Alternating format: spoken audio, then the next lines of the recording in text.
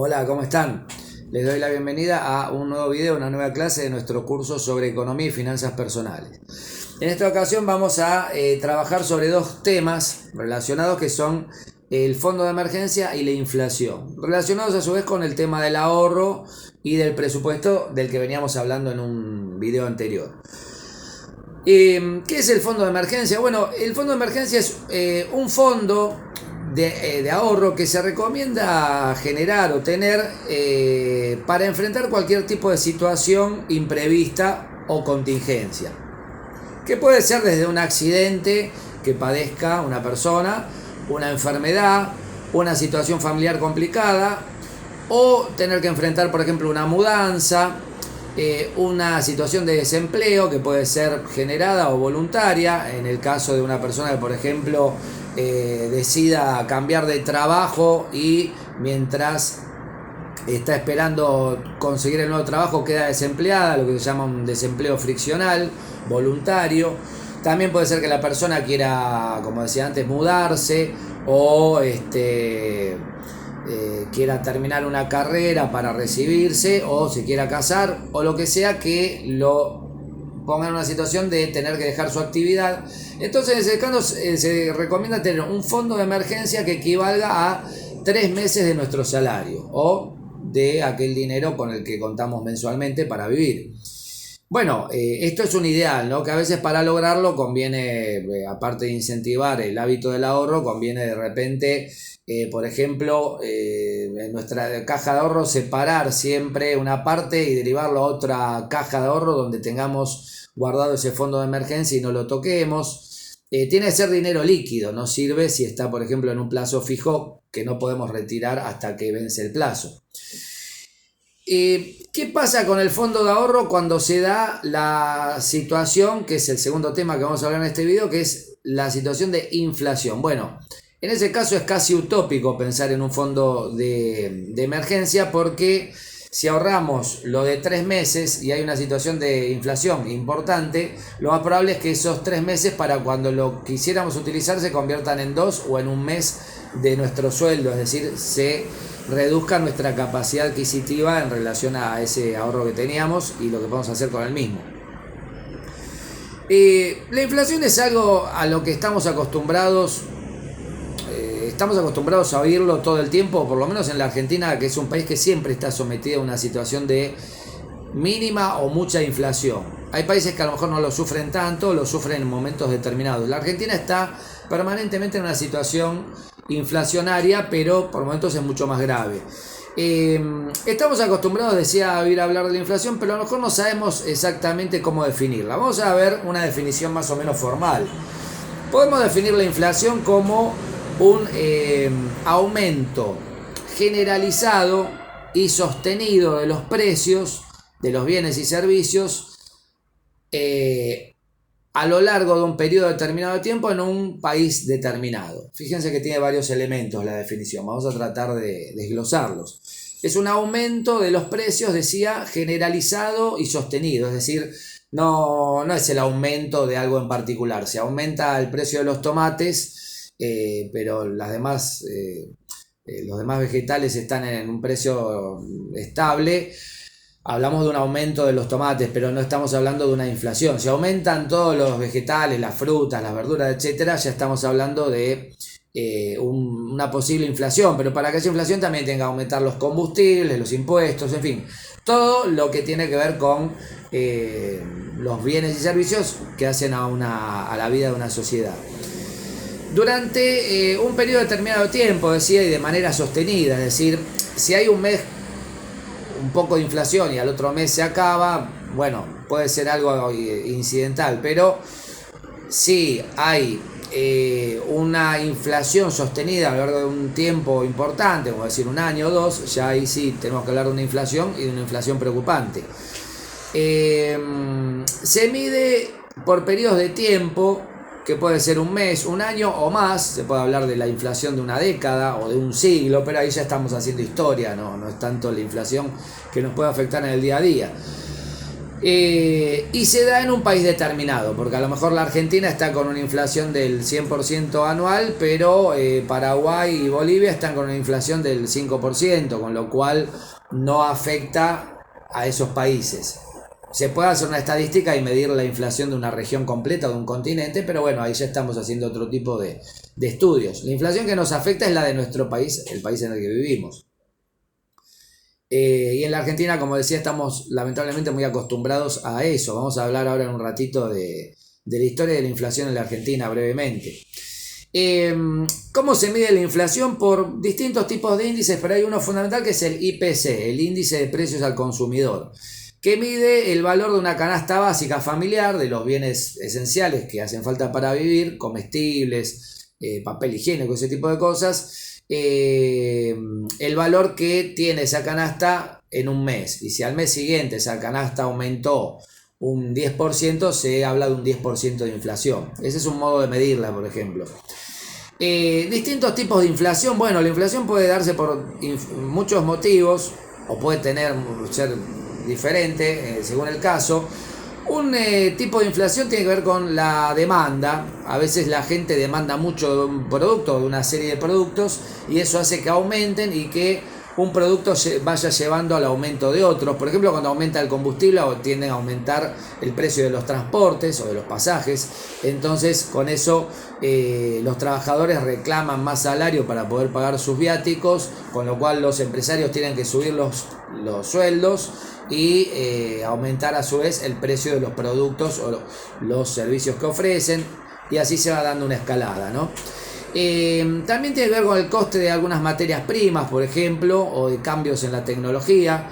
Si aumenta el precio del petróleo, tienden a aumentar los combustibles y todos los productos que derivan del petróleo, como los plásticos, con los cuales se puede disparar un proceso inflacionario. A veces la inflación puede estar autoconstruida porque un gobierno puede ir regulando la inflación de acuerdo a ciertas necesidades que tiene en relación a su economía. Puede estar también generada por expectativas de inflación, porque todo el mundo cree que va a haber inflación, porque a veces los medios hablan todo el tiempo de la inflación. Entonces la gente aumenta, los productores aumentan el precio de sus bienes, de los bienes que generan, y esto hace que se dé una especie de escalada que puede ser un efecto avalancha, ¿no? Donde todo empieza a aumentar a raíz de que otras cosas aumentan. En fin, hay muchas maneras de analizar la inflación. Y hay una manera también muy importante que es por la magnitud del aumento. Hay distintos tipos de inflación de acuerdo a cómo aumenta o en qué ritmo aumenta la inflación.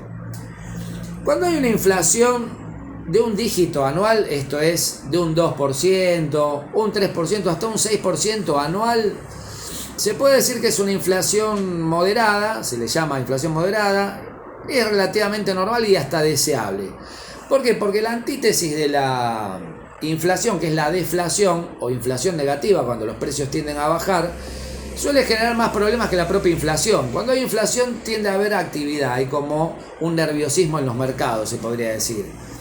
En cambio, cuando hay deflación suele ir acompañada de una recesión, es decir, de una baja actividad que genera que como bajan el precio de los productos, entonces los empresarios no se ven tan motivados a generar trabajo y a veces despiden a sus empleados, con lo cual se genera mucho desempleo. En fin, los periodos de deflación y de recesión son muy graves. De hecho, se le llama esto estanflación, que es casi como el peor escenario posible de una economía. Se ha dado en algunos momentos de la historia muy particulares. Por ejemplo, en los años 30, a raíz del famoso crack del 29, se dio en Estados Unidos una recesión muy grave, que en realidad fue más que una recesión, fue lo que se llamó la Gran Depresión, que genera despidos masivos, desempleo, pobreza extrema y todo tipo de situaciones muy dramáticas en términos económicos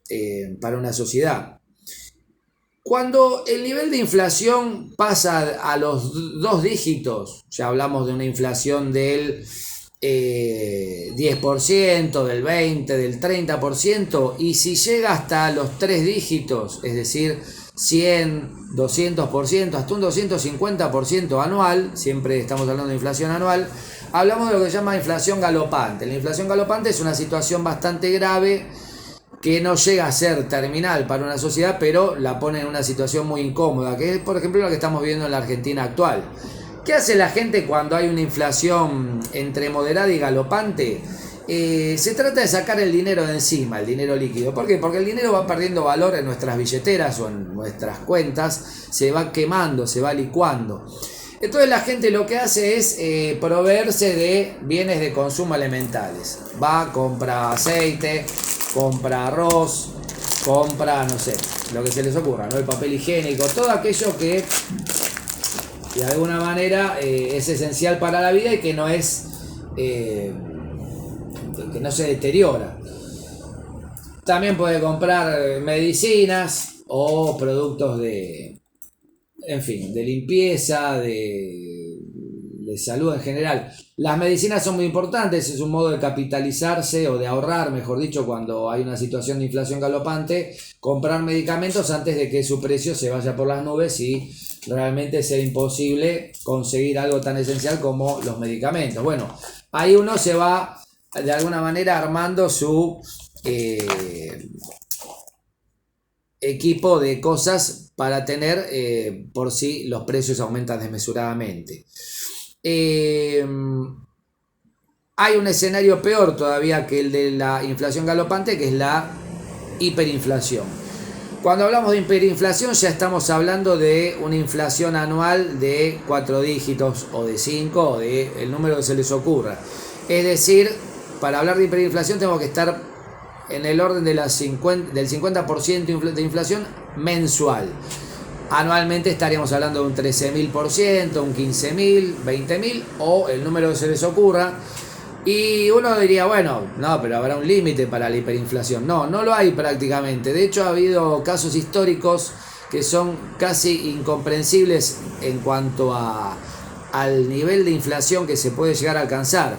El caso más dramático que se conoce es la Hungría de 1946, después de la Segunda Guerra Mundial. Previo a ser invadido por la Unión Soviética, había una situación tan caótica en el país que hubo una inflación de varios trillones, porcentaje de varios trillones.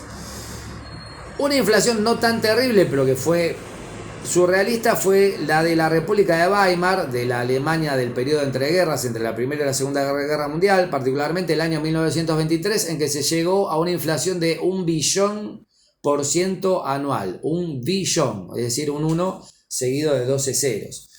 Esta era la moneda, o mejor dicho, el dinero que se usaba en la Alemania del periodo de entreguerras, el marco alemán, que no tenía ningún valor real. Fíjense que ni siquiera se imprimía de los dos lados. La gente lo usaba para empapelar las paredes si tenía alguna mancha de humedad, o para hacerle barriletes a sus hijos, o hacían paquetes de billetes. Iban a la panadería, se pesaban los paquetes en sí, a ver cuánto pesaban, y de acuerdo al peso te daban 1 kilo de pan o lo que uno quisiera llevar, y valía más la carretilla en que se transportaban los paquetes de marcos que el propio marco, que no tenía ningún valor. Entonces tenían denominaciones de varios billones o trillones de marcos, porque era papel impreso, no tenía ningún valor real.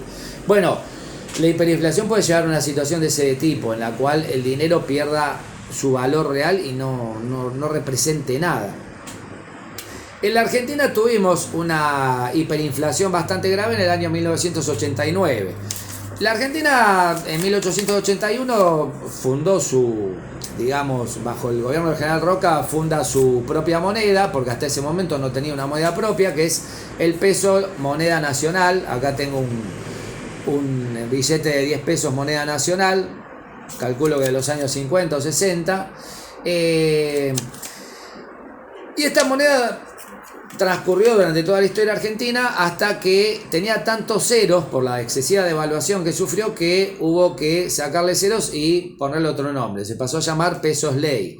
Después le volvieron a sacar ceros y se pasó a llamar peso, el peso argentino, y llegó a tener billetes de 1.000.000 de pesos, con lo que no comprabas mucho con 1.000.000 de pesos, no es que comprabas un auto, era un billete de baja denominación, de poco valor, aunque tenía una denominación tan alta.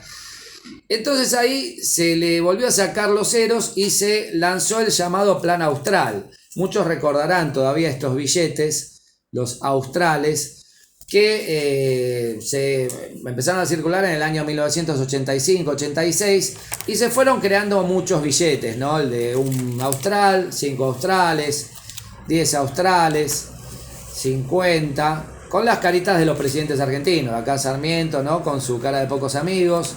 100 australes, 500, 1000 australes, y así podríamos seguir un buen rato. 5.000, 10.000 y hasta un billete de 50.000. No, miento, llegó a haber hasta un billete de 500.000 australes, yo no lo tengo. Bueno, no valían mucho, se fue perdiendo el valor de la moneda, se fue devaluando, se fue dando una inflación muy fuerte. Y en el año 89 estalló una hiperinflación, llegó a haber una inflación de un 200% mensual prácticamente, y el dinero no tenía un valor coherente. Yo siempre cuento una anécdota que pocos me creen, que yo iba al colegio secundario al mediodía y el pasaje salía, digamos, 50 pesos. Cuando volvía a la tarde ya salía 70 u 80 pesos, ¿no? Australes. Iba variando todo el tiempo los valores de las cosas, porque mucha gente también se abusaba, que es lo que suele pasar cuando hay inflación, que todos quieren tener esa ganancia que están perdiendo, entonces, o recuperar esa ganancia, entonces empiezan a aumentar el valor de las cosas de manera escalada. En un momento determinado, bueno, esta hiperinflación genera que el presidente Alfonsín tenga que renunciar, sube el presidente Menem, y en 2 años más o menos se logra controlar la inflación haciendo un procedimiento que fue equiparar el billete de 10.000 australes al dólar norteamericano, que es la unidad de moneda universal, digamos, ¿no? A partir de 1971, cuando Estados Unidos abandona el patrón oro y el dólar se convierte en la moneda que rige la economía mundial. Entonces se descartó el austral y se reinventó el peso argentino, y existía la llamada convertibilidad o equiparación entre el peso argentino y el dólar, pero en realidad era un peso terriblemente devaluado. La devaluación es el valor que tiene el peso de un país en relación a la moneda directriz, como puede ser el dólar actualmente, ¿no? Y que es un fenómeno paralelo a la inflación, aunque no hay que confundirlo con la inflación en sí misma. Puede haber alta devaluación y no tanta inflación, o viceversa. Bueno, más o menos ese es el panorama de lo que les quería comentar en relación a la inflación, que es un hecho muy grave y que amerita ser controlado, porque es muy difícil vivir en una situación inflacionaria en la que no solo no se puede ahorrar, sino que la gente o consume desmedidamente en un principio, o después empieza a tener tanto miedo de perder su dinero que deja de consumir y puede verse en una situación casi de reducción a la pobreza. Un libro que les quiero recomendar, como hago todos los videos, es este libro, que es muy práctico, es un manual, se podría decir, o se puede usar como manual, que se llama 50 cosas que hay que saber sobre economía, de Edmund Conway. Es una colección, hay también un libro similar sobre psicología, sobre filosofía, sobre política, etc. Y acá aparecen muchos temas, como el tema de la división del trabajo, los bancos centrales y los tipos de interés, el desempleo, acciones y valores, las burbujas financieras, la globalización. También habla de qué es el capitalismo, qué es el keynesianismo, qué es el comunismo, en fin, todas las doctrinas económicas fundamentales. Un libro que les puede servir mucho para introducirse a la economía, y también si uno ya conoce la economía, para revisar ciertos temas. Bueno, en un próximo video vamos a trabajar el tema de los bancos, cómo regulan la economía, por ejemplo, los bancos centrales, cuando hay una situación como la que mencionaba de la inflación, y vamos a seguir avanzando en todos estos temas un poco complejos, pero que de a poco se van aclarando a medida que uno conoce más. Como siempre, les recomiendo suscribirse al canal, los espero en una próxima entrega, y gracias como siempre por estar.